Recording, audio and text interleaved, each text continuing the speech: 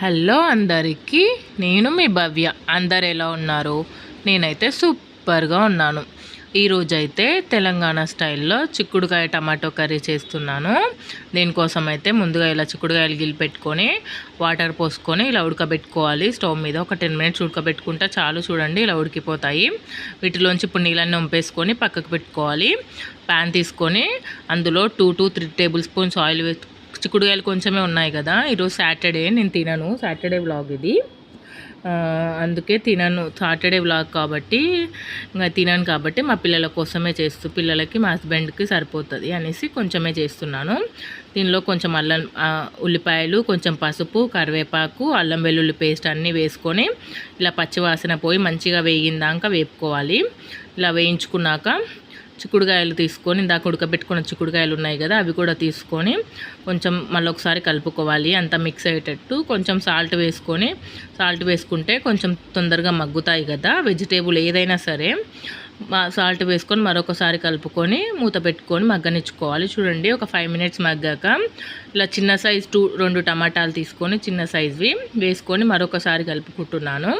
టమాటాలు కొంచెం ఎక్కువ ఉంటేనే బాగుంటుంది. చిక్కుడుకాయ టమాటో కర్రీ కదా, కొంచెం ఎక్కువ ఉంటే ఫ్లేవర్గా బాగుంటుంది. చూడండి టమాటాలు కూడా పూర్తిగా మగ్గిపోయాయి, మెత్తబడిపోయాయి. చిక్కుడుకాయలు కూడా గింజలు ఇట్లా అన్నీ మంచిగా మగ్గినాయి ఆయిల్లో. ఇప్పుడు దీనిలోకి కొంచెమే చిక్కుడుకాయ కాబట్టి కారం కొంచెమే వేస్తున్నాను. 1 స్పూన్ కారం అయితే వేస్తున్నాను. 1 స్పూన్ కారం వేసుకొని మళ్ళీ ఒకసారి కలుపుకొని ఇలా మూత పెట్టుకొని ఒక 5 మినిట్స్ మగ్గనిచ్చుకోవాలి. కారం అంతా ముక్కలకు పట్టే విధంగా ఇలా నీట్గా మగ్గనిచ్చుకున్నాం అనుకో. చూడండి ఇలా మంచిగా మగ్గిపోయింది. ఇప్పుడు మనకి క్వాంటిటీకి తగ్గట్టు వాటర్ వేసుకోవాలి. మనం చిక్కగా తినాలనుకుంటే నార్మల్గా ఉంటేనే బాగుంటుంది. మరి వాటర్ ఉంటే బాగుండదు కదా. కొంచెం గ్రేవీ టైపు చిక్కగా ఉంటే బాగుంటుంది. నాకైతే ఈ వాటర్ కన్సిస్టెన్సీ సరిపోయింది.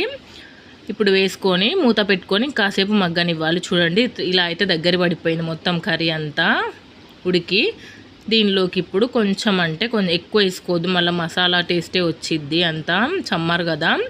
కొంచెం 1/2 టేబుల్ స్పూన్ ధనియాల పొడి, కొంచెం కొబ్బరి పొడి, ఇందాక సాల్ట్ కొంచెమే వేసాను కదా, అందుకే ఇప్పుడు యాడ్ చేసుకుంటున్నాను. కొంచెం సాల్ట్ కూడా వేసుకొని మరొకసారి అంతా కలిసేటట్టు ఇలా కలుపుకోవాలి. మనం వేసినవన్నీ ఇలా ముక్కలకు పట్టే విధంగా. ఇప్పుడు లాస్ట్లో కొంచెం కొత్తిమీర వేసుకొని ఒక 5 మినిట్స్ సిమ్లో మగ్గనిచ్చి స్టవ్ ఆఫ్ చేసుకుంటే వేడి తెలంగాణ స్టైల్ చిక్కుడుకాయ కర్రీ రెడీ. ఎవరైతే మన ఛానల్ని ఫస్ట్ టైం చూస్తున్నారో ప్లీజ్ లైక్ చేయండి, షేర్ చేయండి, సబ్స్క్రైబ్ చేయండి. కర్రీ ఎలా ఉందో అలాగే ఒక కామెంట్ కూడా చేయండి.